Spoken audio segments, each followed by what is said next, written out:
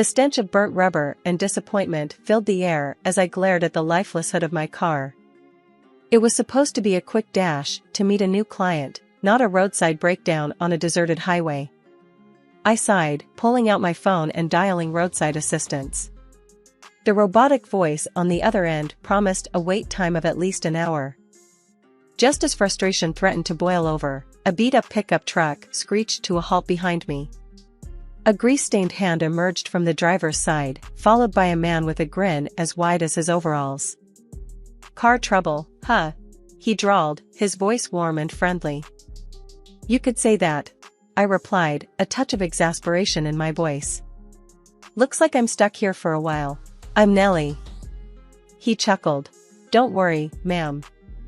I'm Alex, and this here is my territory. Most likely fix you right up."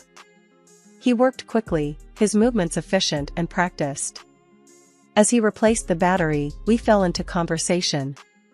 I learned about his auto repair shop, a local gem known for its honesty and fair prices. He, in turn, listened patiently as I explained the world of investment portfolios and stock markets. "Sounds complicated," he said with a scratch of his head. "All that fancy math and paper pushing. Gimme a good old wrench and a rusty engine any day. At least I can see what I'm working with, real things, not some numbers on a screen." I snorted. "Don't knock it till you try it, Alex. Investments are the future. They allow people to grow their wealth, secure their dreams." We continued to debate the merits of his wrenches versus my spreadsheets as he finished the job. By the time my car roared back to life, the sun was dipping below the horizon, painting the sky in hues of orange and purple. "Thanks, Alex," I said, shaking his hand, a warmth spreading through me that had nothing to do with the now functional engine. "Actually, I was wondering, maybe you'd like to grab a coffee sometime? Not to talk cars and investments, but just, to chat?" The surprise on his face quickly melted into a smile. "Coffee sounds good," he replied, scratching the back of his neck. "How about tomorrow morning?" "My treat, as a thank you for putting up with my greasy fingers on your fancy car." We exchanged numbers, and as I drove away, the setting sun felt a little brighter, the future a little less certain, but a whole lot more exciting. A year flew by in a whirlwind of greasy spoon dinners, late-night strategy sessions, and stolen kisses under starlit skies. We married in a simple ceremony, surrounded by close friends and the slightly bewildered gazes of Alex's family. His parents were kind, old-fashioned folks, but his sister, Sarah, however, was a different story entirely. At 28, she was a permanent resident at their house, her days spent flitting between manicures and shopping sprees, funded entirely by her parents' generosity. The first few months of married life were a blissful blur. We settled into a cozy starter home near Alex's parents' place, a practical choice according to him. My dreams, however, stretched far beyond the picket fence. I envisioned a sprawling mansion, a testament to the financial empire I was building, complete with a gleaming basketball court for the future mini-me's I yearned for. Sunday dinners at Alex's parents' house were an exercise in forced cheer. Sarah, draped in the latest designer outfit and sporting a fresh manicure, would regale us with tales of her weekend getaway to some exotic locale. Her parents beamed with pride, oblivious to the growing strain on their finances. One particularly tense Sunday, after Sarah had announced her plans for a month-long European cruise, Alex's dad, a kind-faced man named Henry, cleared his throat and spoke hesitantly. "Alex, son," he began. "Since we retired, things have been a bit tighter than we expected. We were hoping—" His voice trailed off, his eyes pleading. Alex, ever the dutiful son, immediately understood. "Sure, Dad. How much do you need?" My stomach lurched. Here we go again, I thought, bracing myself for another financial dance with Sarah's bottomless pit of needs. "Just a little help to get us through," Henry mumbled, avoiding my gaze. "Retirement ain't exactly what it's cracked up to be on a fixed income." "Don't worry, Dad," Alex said reassuringly, placing a hand on his shoulder. "We'll take care of it." Later that night, as we lay in bed, I couldn't hold back any longer. Alex, I said softly, how much are you giving them this time? He sighed, running a hand through his hair. Look, honey, it's family. They need a little help, that's all. A little help every month adds up, Alex, I pointed out. And what about Sarah's little European jaunt? Don't you think they might need that money more? Alex bristled. Don't you start with Sarah. It's none of your business how she spends her money. It becomes my business, I shot back, my voice rising. When it affects our finances. We're a team, remember? And frankly, I'm tired of feeling like an ATM for your entire family. The words hung heavy in the air, a stark contrast to the comfortable silence that usually filled our bedroom. Alex's jaw tightened. You just don't understand what family means, he said, his voice laced with anger. You have no relatives, so you wouldn't get it. That hit me like a sucker punch. It was true, I didn't have any family. My parents had passed away when I was young, leaving me a small inheritance that I had used to put myself through college. But the lack of a family wasn't a choice I had made, and it certainly didn't make me any less capable of understanding loyalty and love. One Tuesday evening, the phone rang, shattering the fragile peace in our house. It was Sarah, her voice choked with sobs. It's Dad, she stammered. He's in the hospital. Cancer. They say it's bad. The world seemed to tilt on its axis. Alex, his face pale, grabbed the phone from my hand and spoke in hushed tones. When he hung up, his eyes were red-rimmed. He's not going to make it, he said, his voice thick with emotion. The doctors are giving him a few weeks, maybe a month at most. The next few weeks were a blur of hospital visits, tear-filled goodbyes, and whispered promises. As the inevitable drew closer, the question of the funeral arrangements loomed large. One evening, Sarah, her eyes red and puffy, announced, I've talked to the funeral home. It's going to be a bit expensive, but Dad deserves the best, right? Alex, still raw with grief, readily agreed. Of course, honey, whatever it takes. It comes to. Sarah hesitated, then blurted out, $50,000. My jaw dropped. $50,000 for a funeral? That seemed like a staggering sum, especially considering the modest means of Alex's parents. 50,000? I echoed, unable to contain my surprise. Isn't that a bit excessive? Alex shot me a withering look. Don't be insensitive, Nellie. It's Dad's funeral. We have to honor him properly. Can't you just be supportive for once? The accusation stung. Supportive? I had spent the past few weeks juggling work and hospital visits, all while trying to navigate the emotional minefield that was his family. But apparently, that wasn't enough. Look, I said, trying to keep my voice calm. $50,000 is a lot of money. Maybe we should talk to your mom and see what she thinks. Before I could finish my sentence, Alex exploded. Don't you dare bring Mom into this, he roared. This is about family, and you clearly don't understand what that means. You only care about money. His words were a slap in the face. Tears welled up in my eyes, blurring my vision. Here we were again, at the same impasse. My attempt at financial responsibility construed as greed, my concern for his family dismissed as cold-heartedness. The sting of defeat lingered long after I transferred the $25,000 to Alex. Swallowing my pride and doubts, I did it for us, for our future. Maybe, I naively hoped, this would be the olive branch that ended the fight and brought us back together. But Alex, it seemed, had other plans. That night, he packed a duffel bag, his face etched with a stony resolve. Where are you going? I asked, my voice barely a croak. I need to be with Mom, he said curtly. She's taking this really hard. But what about us? I pleaded, a desperate hope flickering in my chest. He didn't answer. Just a gruff goodbye and the slam of the front door, leaving me alone in the echoing silence of our once happy home. The next few days were a blur of tearful phone calls to Alex's mom, unanswered texts, and a gnawing emptiness that settled in my gut. Finally, I received a call from the funeral home, a reminder of the looming farewell. Wiping away a fresh wave of tears, I dressed in black, the weight of the unresolved conflict a heavy burden on my shoulders. Arriving at the funeral home, a cold dread slithered down my spine as I noticed the deserted parking lot and the closed doors. "Excuse me?" I stammered, approaching the receptionist, a kind-faced woman with weary eyes. "Yes, ma'am," she replied politely. "I'm here for the service of Mr. Henry Johnson?" I inquired, my voice trembling slightly. She consulted the ledger on her desk, her brow furrowing slightly. "The service for Mr. Johnson concluded yesterday, dear." The world seemed to tilt on its axis. Yesterday? But My voice trailed off, confusion clouding my thoughts. "Alex didn't tell me." The woman offered a sympathetic smile.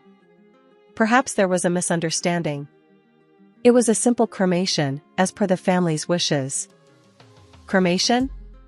The image of the extravagant funeral Sarah had described sent a jolt through me. $50,000 for a cremation? The pieces just weren't fitting. Anger, cold and sharp, began to replace the initial shock. Furious and confused, I stormed out of the funeral home, the receptionist's words echoing in my head. The betrayal gnawed at me, a bitter pill to swallow. Where was Alex? Why hadn't he told me? More importantly, where did all that money go? With a burning determination, I steered my car towards Alex's childhood home. Pulling into the driveway, I saw him emerging from his car, a glint of surprise flashing across his face. "Alex!" I shouted, flinging open the car door. "What is going on? Where did all this money go? And why wasn't I informed about the change in plans?" "You didn't care," he shot back, his voice laced with hurt and accusation. "You only think about money, never about family." The audacity of his words left me speechless. "Family?" I echoed, my voice dripping with sarcasm. "Since when does family lie and manipulate?" The anger simmered within me, threatening to boil over. Before I could unleash a torrent of accusations, Alex reached into his pocket and pulled out a piece of paper. It was a legal document, the stark black letters screaming at me, "Divorce papers." "You want a divorce?" I asked, the question catching in my throat. "I can't live with someone so indifferent," he stated, his jaw clenched. "You have your investments and stocks, but you have no heart. I put the house up for sale. We'll split the proceeds." His words felt like a physical blow. The life we had envisioned, the dreams we had shared, all dissolved in a single, acrimonious conversation. Tears welled up in my eyes, blurring my vision. With a final glare at his retreating figure, I stormed towards my car, my every step fueled by a righteous anger. Just as I reached the driveway, a flash of red caught my eye. Sarah, her face plastered with a wide, fake smile, strutted towards the house, a gaggle of designer shopping bags swinging in her arms. And parked right beside her, gleaming in the afternoon sun, was a brand new sports car. "What the hell, Sarah?" I barked, my voice laced with ice. "Where'd you get the dough for that beauty?" Sarah's smile faltered for a split second, then returned with a touch of defiance. "Oh, hey, Nellie," she drawled, feigning surprise. "This? Inheritance, honey. Dad left me a little something extra." Her words were unconvincing. There was no trace of grief on her face, no mourning in her eyes.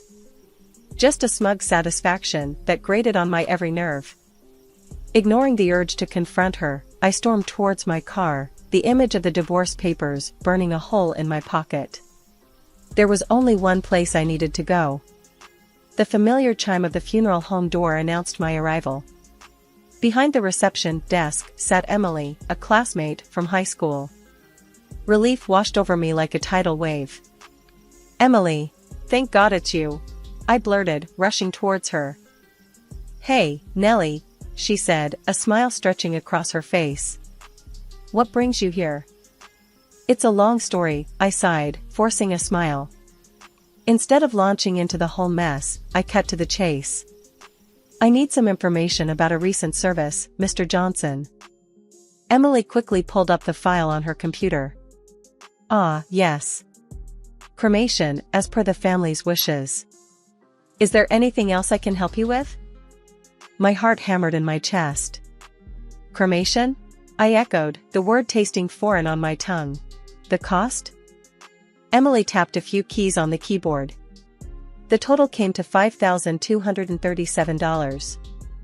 I can print you a duplicate copy of this receipt, if that would be helpful. Relief flooded me. Yes, please, I croaked, my voice thick with emotion. Thank you, Emily. You have no idea what this means to me. My knuckles were white-hot as I gripped the steering wheel, the evidence burning a hole in my pocket. The facade of Alex's childhood home mocked me with its familiarity. Taking a deep breath, I marched towards the front door, my purpose fueling my steps. The moment I stepped inside, the first thing I saw was Alex, Sarah perched beside him like a bad omen. His mother sat on the couch, a tear-stained tissue clutched in her hand. The air crackled with a tense silence. Hey everyone, I greeted, my voice surprisingly steady. Alex's mother, her eyes red-rimmed, looked up with a flicker of surprise. Oh, Nellie. Why weren't you at the service yesterday? Service? I scoffed. No one told me it was postponed. I thought it was today. I offered Alex's mother my condolences, a hollow gesture at best, and then turned to Alex.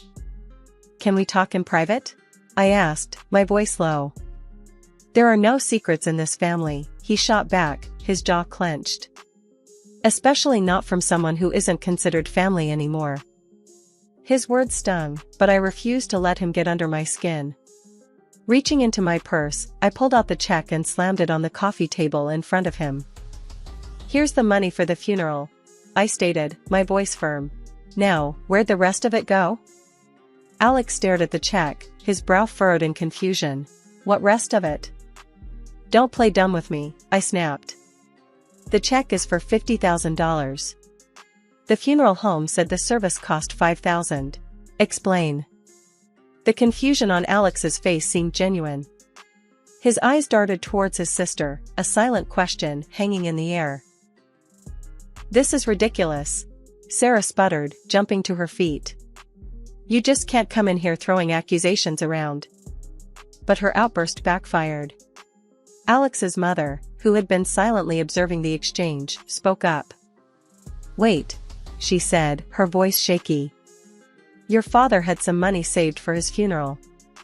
And I gave Sarah $10,000 to help with the arrangements. I did a quick mental calculation. $50,000 from us, plus $10,000 from you, Mom, that's $60,000. The service cost $5,000. Where's the remaining $55,000? My gaze landed on Sarah, a question mark etched on my face. Sarah's carefully constructed facade crumbled. Her cheeks flushed crimson, and she shifted uncomfortably under my stare.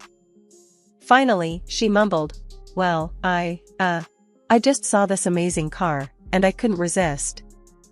Instead of the anger I expected, Alex placed a comforting hand on Sarah's shoulder. Hey, he murmured. It's not a big deal. You just needed a new car. We can figure something out next time.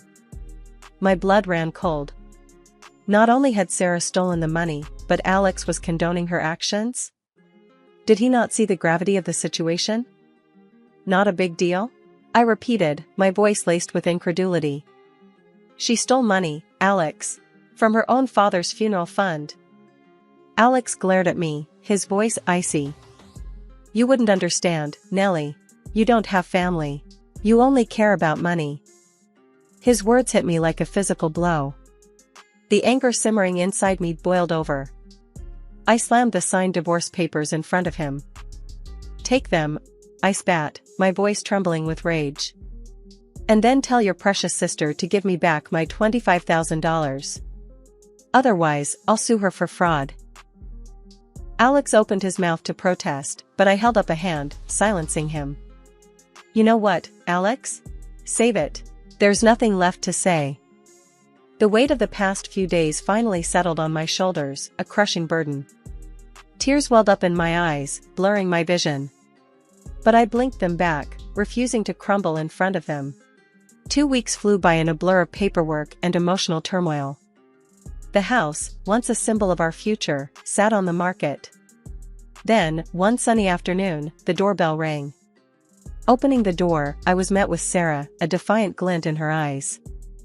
"Here," she said, shoving a thick envelope into my hand. "Your precious money. Happy now?" Her smug demeanor ignited a flicker of anger within me. "Don't act like you're doing me a favor," I retorted. "That money was meant to honor your father's memory, not fuel your shopping sprees." She rolled her eyes, clearly unfazed by my words. "Whatever," she muttered, turning to leave. "Just don't come crying to me when you realize you're all alone and nobody loves you."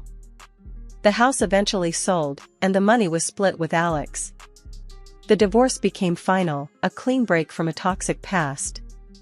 Months passed, filled with new experiences and a newfound sense of freedom. Then, one day, the phone rang. The caller ID displayed Alex's number, a number I'd long since deleted from my memory. Hesitantly, I picked up. "Hello?" "Hey Nellie," came Alex's voice, laced with a desperation I hadn't heard before. "I need your help." "What kind of help?" I asked, already dreading the answer. "It's Sarah," he sighed. "She got into some serious debt, gambling debts, mostly. The creditors are after us, Nellie. They've already taken the house, the car repair shop." "What do you mean, us?" I clarified, my voice tight. "You and Sarah are no longer us, Alex. We're divorced, remember?" "Come on, Nellie," he pleaded. "Don't be like that. You have money, you can help us out. Besides, you're all alone anyway. No kids, no family, nobody needs you." His words felt like a slap in the face. All the progress I'd made, all the independence I'd built, dismissed in a single, insensitive sentence. Anger, hot and righteous, surged through me. "Nobody needs me?" I echoed, my voice low and dangerous. "Let me tell you something, Alex. I may not have a husband or kids, but I have friends, hobbies, and a life that doesn't revolve around cleaning up the messes of manipulative siblings. The answer is no, Alex. Absolutely not. And don't you ever call me again." With that, I slammed the phone down, the finality of the click echoing in my ears. There would be no second chances, no desperate pleas. I had built my own family, a family of friends, of experiences, of personal growth. And that, I realized, was more than enough. Years of experience had honed my intuition into a finely tuned instrument, and the melody it played was one of prosperity. The reward for my dedication?